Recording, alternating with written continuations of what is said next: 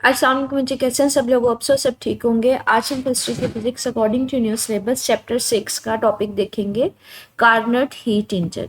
ठीक है, Carnot engine and the Carnot theorem. मतलब कार्नट इंजन होता क्या, उसकी वर्किंग किस तरह से होती है, और कार्नट स्टेटमेंट क्या थी। मतलब एक साइंसदान था सैडी कार्नट, उसने क्या उसको किस तरह से डिफाइन किया था, उसकी स्टेटमेंट देखेंगे। तो पहले तो हम देखते हैं कि हमारे पास कार्नट हीट इंजन के बारे में वो इंट्रोडक्शन दे रहा है। कहते हैं there was a scientist Sadi Carnot in 1824। साइंसदान का नाम क्या था? सैडी कार्नट, विच उसने ये सारा आइडिया दिया था, उसने हीट इंजन के बारे को इंट्रोड्यूस करवाया था, इसी के नाम पे उसको नाम दिया गया था कार्नट इंजन। तो कहते हैं एक साइंसदान था सैडी कार्नट, उसने 1824 में एक आइडियल इंजन को इंट्रोड्यूस करवाया था। उसने एक आइडियल इंजन इंट्रोड्यूस करवाया। उसने कहा कोई भी इंजन है ना, उसकी एफिशिएंसी इस मैक्सिमम ये होगी। मतलब उसने एक आइडियल हीट इंजन इंट्रोड्यूस करवाया था मैक्सिमम एफिशिएंसी का। मतलब किसी भी रियल हीट इंजन की एफिशिएंसी इस हीट इंजन से ज़्यादा नहीं होनी चाहिए। क्यों? क्योंकि इसने आइडियल गैस ली थी और इसने इस अपने हीट इंजन में सिर्फ और सिर्फ दो प्रोसेस लिए थे, एक आइसोथर्मल और एक एडियाबैटिक। मतलब 4 स्टेप्स लिए थे। एक आइसोथर्मल एक्सपेंशन होगी, फिर एडियाबैटिक एक्सपेंशन होगी, फिर आइसोथर्मल कंप्रेशन होगी और एडियाबैटिक कंप्रेशन होगी। मतलब 2 प्रोसेस उसने डील किए थे। ये हमने ना अपने प्रीवियस लेक्चर में भी देखा था कि आइसोथर्मल ऐसा प्रोसेस होता है जिसमें टेम्परेचर सेम रहना चाहिए। एडियाबैटिक ऐसा प्रोसेस होता है कि जिसमें कोई हीट बाहर से ट्रांसफ़र नहीं होती, ना बाहर से ट्रांसफ़र होती है, ना बाहर ना मतलब एंटर होती है, ना एग्जिट होती है।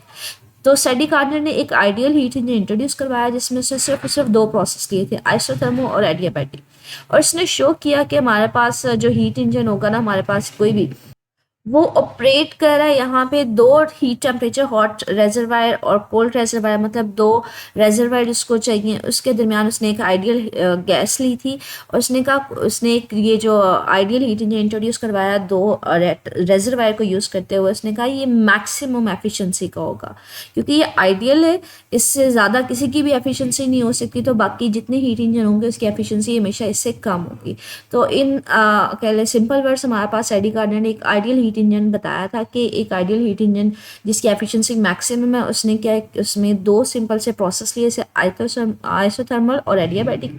और दूसरा उसने ये जो आइडियल हीट इंजन इंट्रोड्यूस करवाया था, इसमें 2 टेम्परेचर रेजरवायर्स ली थी, मतलब हीट रेजरवायर्स ली थी।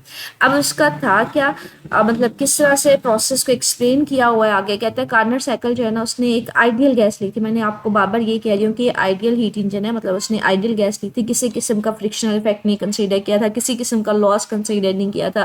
तो ये एक आइडियल है। तो जो एफिशिएंसी होगी इसकी मैक्सिमम आएगी, क्योंकि आप जब सिचुएशन ही आइडियल ले रहे हैं, किसी किस्म के लॉस वगैरह कंसीडर नहीं कर रहे, तो फिर हम कहते हैं कि यहाँ पे इसकी मैक्सिमम एफिशिएंसी आएगी। लेकिन जो रियल लाइफ हीट इंजन होंगे उनकी एफिशिएंसी क्या होगी, कंपैरेटिवली कम होगी ना, क्योंकि उसमें तो आप रियल गैसेस लेते हैं, उसमें फ्रिक्शनल इफेक्ट भी लेते हैं, लॉसेस भी लेते हैं।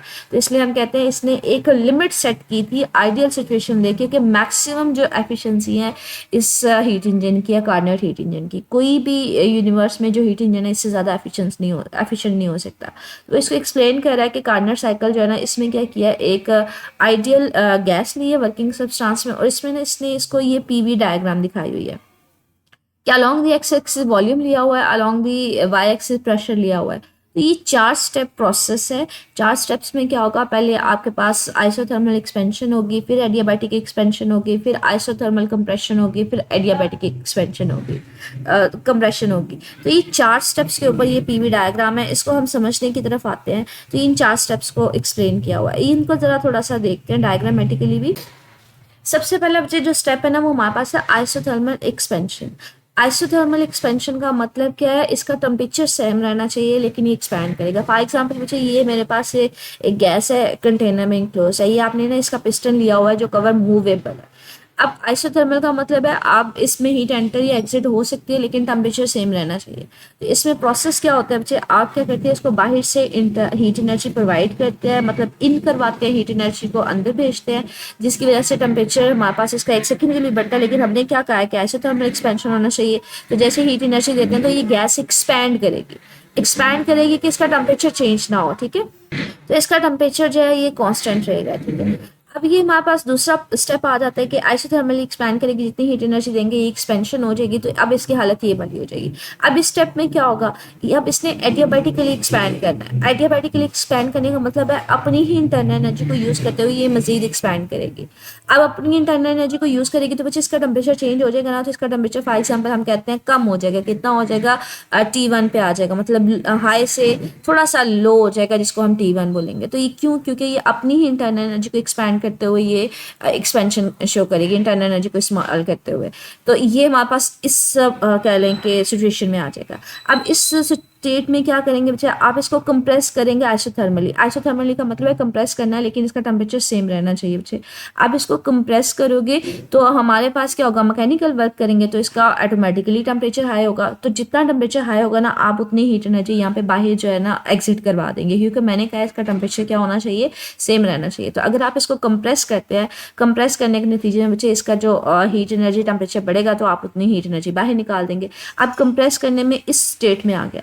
अब इसको मजीद आपने कंप्रेस करने है, लेकिन एडियाबैटिकली कंप्रेस। एडियाबैटिकली का मतलब है आप इसको कंप्रेस मजीद करोगे, लेकिन हमारे पास अब हीट बाहर या अंदर आनी नहीं चाहिए, ठीक है ना, बाहर एग्जिट हो।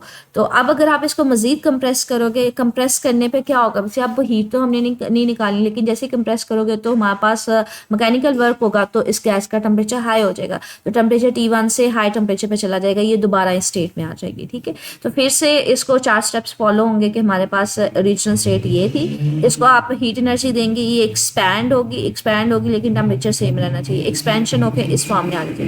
ये अपनी इंटरनल एनर्जी को यूज़ करके मजीद एक्सपैंड करेगी, तो हमारे पास बचे टेम्परेचर थोड़ा सा हमारे पास ड्रॉप हो जाएगा, तो इस हालत में आ जाएगी। अब इसको दोबारा से आपने कंप्रेस करना है। जब कंप्रेस करेंगे तो बच्चे हीट एनर्जी, हमें पता है टेम्परेचर इसका बढ़ेगा, लेकिन ये आइसोथर्मल है तो जितना बढ़ेगा आप उतनी हीट एनर्जी को एग्जिट करवा देंगे, तो इस हालत में आ जाएगी। अब इसको दोबारा से कंप्रेस करेंगे। अब हमारे पास बचे एडियाबैटिक का मतलब हीट एनर्जी बाहर नहीं निकालनी। जब कंप्रेस करेंगे तो टेम्परेचर ऑटोमेटिकली बढ़ेगा, तो ये T1 से दोबारा हाई टेम्परेचर पे आ जाएगी। तो कंप्रेस करने पे ये दोबारा इसी हालत में आ जाएगी। तो ये बार बार प्रोसेस चल रहा होगा, 4 स्टेप्स फिनोमेना होगा। आइसोथर्मल पहले कंप्रेस एक्सपेंशन होगा, फिर एडियाबैटिक एक्सपेंशन होगा, फिर आइसोथर्मल और फिर एडियाबैटिक, मतलब 2 ही प्रोसेस है बेसिकली। पहले एक्सपेंशन होगा दोनों के जरिए, फिर हमारे पास कंप्रेशन होगा। एक्सपेंशन आइसोथर्मल होगा तो टेम्परेचर चेंज नहीं होगा, एडियाबैटिक होगा तो बच्चे टेम्परेचर हमारे पास चेंज होगा। अगर एक्सपेंशन हो रही होगी तो टेम्परेचर हमारे पास कम हो जाएगा, लेकिन अगर कंप्रेशन एडियाबैटिक तो टेम्परेचर हमारे पास इंक्रीज होगा। अच्छा, ये इसी स्टेप को ना बच्चे ये ग्राफ के जरिए भी एक्सप्लेन कर रहा है कि along the X axis volume लिया हुआ है, along the X axis pressure लिया हुआ है। तो स्टार्ट में सिचुएशन जो है वो ये है, ए पॉइंट के ऊपर है, ठीक है। अब आपने गैस को एक्सपैंड करवाया आइसोथर्मली। आइसोथर्मली का मतलब है आपने यहाँ पे हीट एनर्जी इन करवाई थी, Q1 को आपने फॉर एग्जांपल मैं कहती हूँ Q1 आपने इसके अंदर एंटर करवाई तो हमारे पास क्या हुआ, ये वॉल्यूम जो है ये गैस एक्सपैंड करेगी तो बच्चे मेरे पास उसका जो प्रेशर है वो ऑटोमेटिकली कम हो जाएगा। तो ये पहला प्रोसेस स्टेप दिखाया गया कि जिसमें हीट एनर्जी एंटर हुई है और वो एक्सपैंड करके इस हालत में आ गई। अब उसका वॉल्यूम बढ़ गया ना बच्चे, तो प्रेशर ऑटोमेटिकली क्या होगा, कम होगा, क्योंकि हमारे पास टेम्परेचर उसका कह लें कि कॉन्स्टेंट है वो, लेकिन वॉल्यूम बढ़ने की वजह से हमारे पास उसकी प्रेशर कम हो जाएगा। तो यहाँ पे ये कह रहा है कि पहले सबसे पहले उसको एक्सपैंड करवाया जाता है आइसोथर्मली, जब वो हीट अब्जॉर्ब करता है Q1। यहाँ पे बच्चे उसको हाई टेम्परेचर को ना T1 लिखा हुआ है, आप इसको T1 की सेंस में ले ले, टेम्परेचर चेंज नहीं होगा, वो T1 नहीं रहेगा, ठीक है। और ये हमारे पास Q1 अब्जॉर्ब करेगा और एक्सपैंड करेगा, इसको ग्राफ AB से रिप्रेजेंट किया।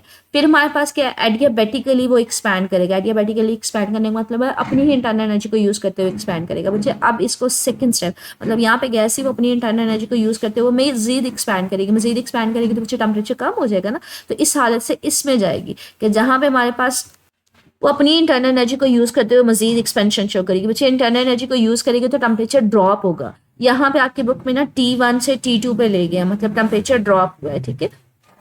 एडियाबैटिक एक्सपैंड करेगी, टेम्परेचर उसका कम हो जाएगा। कहाँ से, पहले अगर T1 था तो वो T2 पे आ जाएगा। इसको ग्राफ कहाँ से कहाँ पे शो किया हुआ है, B से C। अब वो बच्चे अपनी ही इंटरनल एनर्जी को यूज करते हुए ड्रॉप करेगा, मतलब हाई टेम्परेचर उसका वॉल्यूम थोड़ा सा मजीद बढ़ जाएगा, यहाँ से यहाँ पे चला गया, ठीक है। पहले वॉल्यूम की वैल्यू ये थी, अब थोड़ी सी मजीद होके हाई होके वो यहाँ पे आ गई है। अब तीसरा स्टेप क्या था हमारे पास, आइसोथर्मल कंप्रेशन था। आइसोथर्मल कंप्रेशन में हमने देखा था कि हमारे पास क्या है, ये तीसरे स्टेप में ये जो गैस होगी इसको कंप्रेस किया जाएगा। अगर इसको कंप्रेस करेंगे तो बच्चे इसका टेम्परेचर तो ऑटोमेटिकली बढ़ेगा, लेकिन आइसोथर्मल होना चाहिए, तो जितना टेम्परेचर बढ़ता है उतनी हीट एनर्जी आप बाहर से एग्जिट उसमें करवा देते हैं। तो वो यहाँ पे ये कहता है कि गैस को कंप्रेस करवाया जाता है आइसोथर्मली। आइसोथर्मली का मतलब है टेम्परेचर उसका सेम रहना चाहिए। तो टेम्परेचर अगर T2 पहले था तो वो T2 ही रहता है। तो कितना वो T2 कैसे मेंटेन करते हैं, अगर कंप्रेस करवाने पे टेम्परेचर बढ़ेगा तो उसको एक्सेस टेम्परेचर को आप इजेक्ट करवा देंगे, ठीक है। रिजेक्ट मतलब हीट एनर्जी को बाहर निकाल देंगे। और इसको ग्राफ कहाँ से रिप्रेजेंट किया बच्चे, इसको ग्राफ C से D पे रिप्रेजेंट किया। आप कंप्रेस कर रहे हैं तो बच्चे वॉल्यूम पहले ये था, आप कंप्रेस करने पे वॉल्यूम कम हो रहा है, वॉल्यूम कम होगा तो प्रेशर ऑटोमेटिकली हमारे पास आया होगा। टेम्परेचर सेम है, तो कब सेम है, जब आपने हीट एनर्जी Q2 को एग्जिट करवाया। अगर Q1 आपने एंटर करवाई थी तो जब आप उसको कंप्रेस करेंगे तो टेम्परेचर बढ़ेगा, लेकिन टेम्परेचर नहीं बढ़ना चाहिए ऐसे थर्मल में, तो जितना बढ़ेगा उसको आप एग्जिट करवा देंगे, टेम्परेचर सेम रहना चाहिए Q2।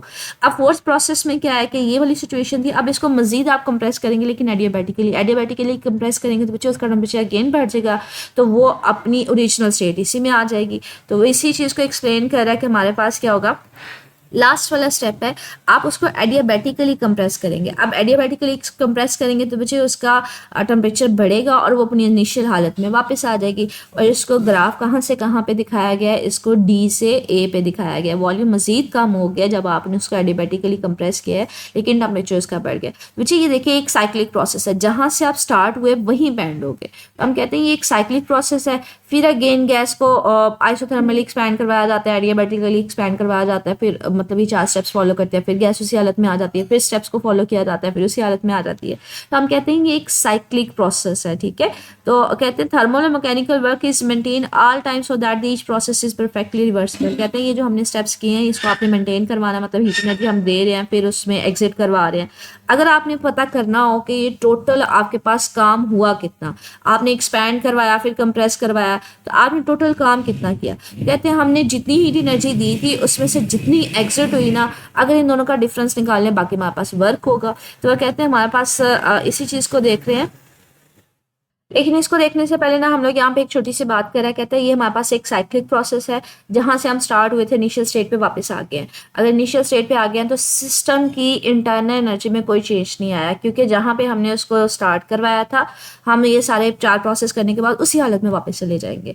अगर उसी टेम्परेचर के ऊपर वापस चले जाएंगे तो इसका मतलब है उसकी इंटरनल एनर्जी में चेंज नहीं आया। इंटरनल एनर्जी में चेंज कब आता है, जब टेम्परेचर चेंज हो रहा हो, लेकिन टेम्परेचर तो स्टार्ट और इनिशियल पॉइंट सेम ही है, तो किसी किस्म का वापस चेंज नहीं आता। अगर T1 से हमने स्टार्ट किया था तो T1 पे वापस भी आ गया, टेम्परेचर में किसी किस्म का चेंज नहीं आया।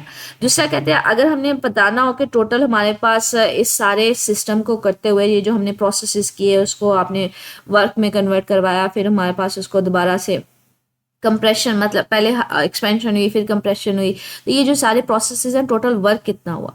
कहते हैं हम इसको कैसे फाइंड आउट कर सकते हैं, इसको PV डायग्राम से फाइंड आउट कर सकते हैं। कहते हैं अगर मुझे ये जो मेरे पास डायग्राम बनी है, अगर मुझे इसके एरिया का पता चल जाए ना, ये जो शेडेड एरिया कि ये एरिया कितना है, तो मैं बता सकती हूँ टोटल वर्क कितना आएगा। PV डायग्राम में ये जो एरिया ना, ये पूरा का पूरा अगर शेडेड एरिया का मुझे पता चल जाए कि ये कितना है इस एरिया की वैल्यू, तो आप वर्क की वैल्यू बता सकते हैं। कहते हैं इसका एक और तरीका है। वो तरीका क्या है, ये देखिए ये हीट है जो आपने सोर्स से प्रोवाइड की है, Q2 है जो एटमॉस्फेयर में लॉस हो गई है। कहते हैं अगर मुझे नेट हीट एनर्जी पता चल जाए ना कि वो कितनी, मतलब यहाँ पे यूज़ कितनी हुई है, तो आप वर्क बता सकते हैं। Q1 हमारे पास वो है जो सोर्स से ली गई है, Q2 वो है जो लॉस हो गई है एटमॉस्फेयर में, तो जो इसका रिमेनिंग पार्ट होगा बच्चे वो वर्क में कन्वर्ट हो गया होगा। वही यहाँ पे ये कह रहे हैं कि हम इसको एस्टिमेट कर सकते हैं अगर हमें नेट हीट जो ऑब्जॉर्ब हुई है ना साइकिल में, एक साइकिल में पूरे एक साइकिल जो हुआ है कि कंप्रेशन हुई फिर सॉरी एक्सपेंशन हुई फिर कंप्रेशन हुई, अगर उसमें मुझे पता चल जाए टोटल हीट कितनी ऑब्जॉर्ब हुई है तो वो हम निकाल सकते हैं। हीट क्या होगी, Q इज इक्वल टू ये Q1 है जो सोर्स से ली गई माइनस Q2 जो है जो लॉस हो गई। अब इन दोनों का डिफरेंस जो रिमेनिंग होगी ना वो हमारे पास वर्क में कन्वर्ट हुई होगी। फर्स्ट लॉ ऑफ थर्मोडायनामिक्स क्या होता है, heat energy is equal to delta U plus W, की जितनी हीट एनर्जी देते हैं वो इंटरनल एनर्जी में चेंज होती है प्लस वर्क में कन्वर्ट होती है। यहाँ पे तो हम साइक्लिक प्रोसेस ले रहे हैं इसलिए इंटरनल एनर्जी में चेंज नहीं आएगा, ये टर्म जीरो हो जाएगी, तो W is equal to Q आ जाएगा। नेट हीट एनर्जी किसकी इक्वल थी, Q1 माइनस Q2, मतलब इन दोनों का डिफरेंस, ये जो सोर्स से ली गई ये जो लॉस होगी, तो जो रिमेनिंग पार्ट होगा, अगर टोटल हीट एनर्जी में से जितनी लॉस होगी उसका जो बाकी पार्ट होगा वो वर्क में कन्वर्ट हुई होगी।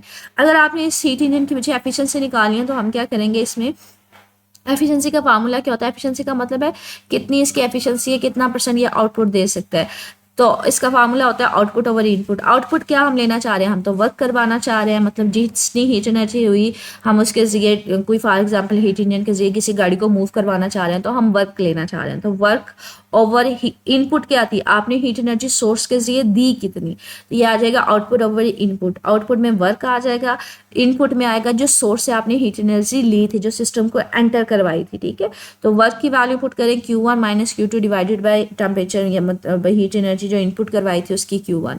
अब कहते हैं हमारे पास जो कह लें कि हीट एनर्जी होती है, इसको यूजुअली हम लोग टेम्परेचर के सेंस में केल्विन में मालूम कर सकते हैं, तो हम कहते हैं ये प्रोपोर्शन होती है टेम्परेचर की, तो हम Q1 की जगह हम T1 लिख सकते हैं, Q2 की जगह T2 लिख सकते हैं, डिवाइडेड बाई Q1 की जगह T1, मतलब आप हीट एनर्जी को इन टर्म्स ऑफ टेम्परेचर बात कर सकते हैं।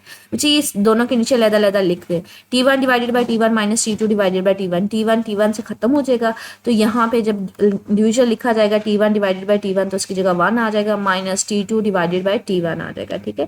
तो ये एफिशिएंसी का फार्मूला आ गया। अगर आपने परसेंटेज एफिशिएंसी निकाली हो, परसेंटेज का मतलब होता है बच्चे इसको 100 से मल्टीप्लाई कर दें, तो इसको 100 से मल्टीप्लाई करेंगे तो परसेंटेज एफिशिएंसी आ जाएगी, ठीक है। कहते हैं इस सारे फार्मूले से एफिशिएंसी से हमें ये पता चला कि जो हीट इंजन की एफिशिएंसी है ना, ये सिर्फ और सिर्फ जो high temperature low temperature reservoir हमने लिए थे ना, उनके टेम्परेचर के ऊपर डिपेंड कर रही है, T1 पे या T2 पे डिपेंड करिए। इसमें हम लोग किसी किस्म की बात नहीं कर रहे कि हमने सिस्टम कौन सा लिया था, हमने गैस कौन सी ली थी, मतलब उसकी नेचर कौन सी थी, कार्बन डाइऑक्साइड थी, हमारे पास ऑक्सीजन थी, मतलब कौन सी गैस, हमने कोई भी स्पेसिफिक गैस कुछ की सिस्टम के बारे में कोई इन्फॉर्मेशन नहीं है, सिर्फ और सिर्फ टेम्परेचर है कि अगर सोर्स है तो उसका टेम्परेचर कितना था T1, और अगर लॉस हुआ है तो वो उसका टेम्परेचर कितना था, मतलब एटमॉस्फेयर का टेम्परेचर कितना था जहाँ पे वो लॉस हो रहा है। तो ये जो रेजरवायर लिया है हॉट और कोल्ड, उनके टेम्परेचर के ऊपर डिपेंड कर रहा है, इसमें किसी किस्म के वर्किंग सब्सटेंस की नेचर के बारे में डिस्कशन नहीं हो रही, मतलब ये उसके ऊपर डिपेंड ही नहीं कर रहा। अच्छा, ये MCQ आ जाता है कि जो परसेंटेज एफिशिएंसी होती है, ये एफिशिएंसी इन कार्नेट हीट इंजन आइदर वो वर्किंग सब्सटेंस के ऊपर डिपेंड करती है, ये उसकी नेचर के ऊपर डिपेंड नहीं करती, ये इंडिपेंडेंट होती है।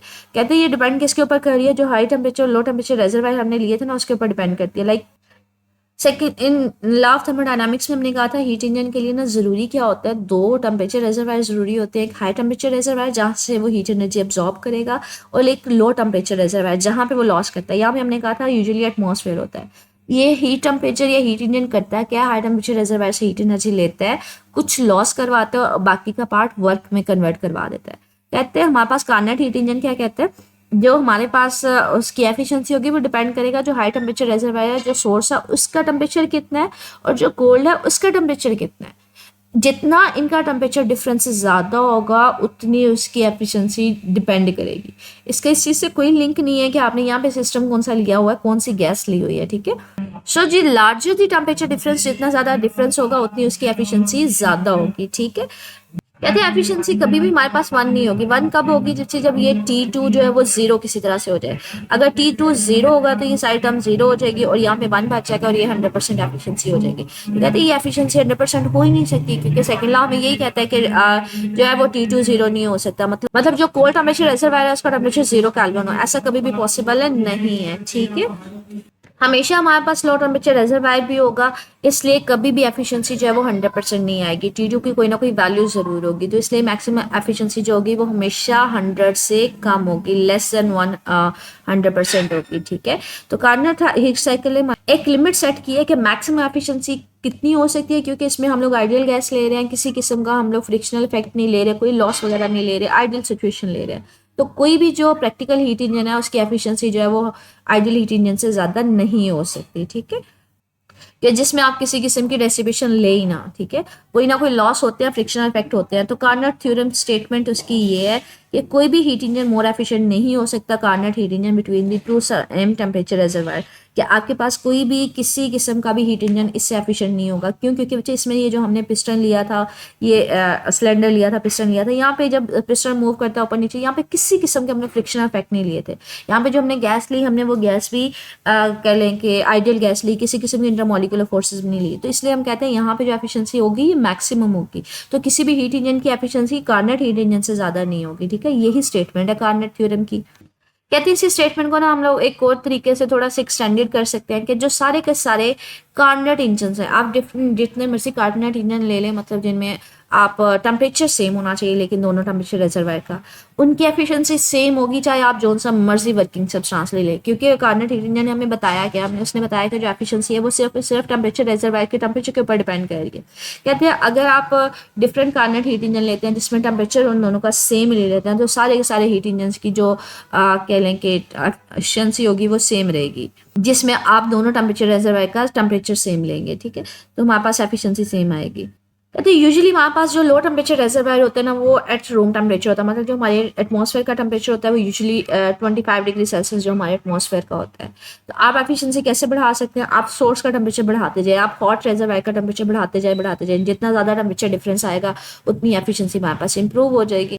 तो यहाँ पे ये कह रहे हैं कोई भी हीट इंजन जो है ना हमारे पास वो लेस एफिशिएंट होता है, क्योंकि उसमें फ्रिक्शनल इफेक्ट्स वगैरह होते हैं, ठीक है।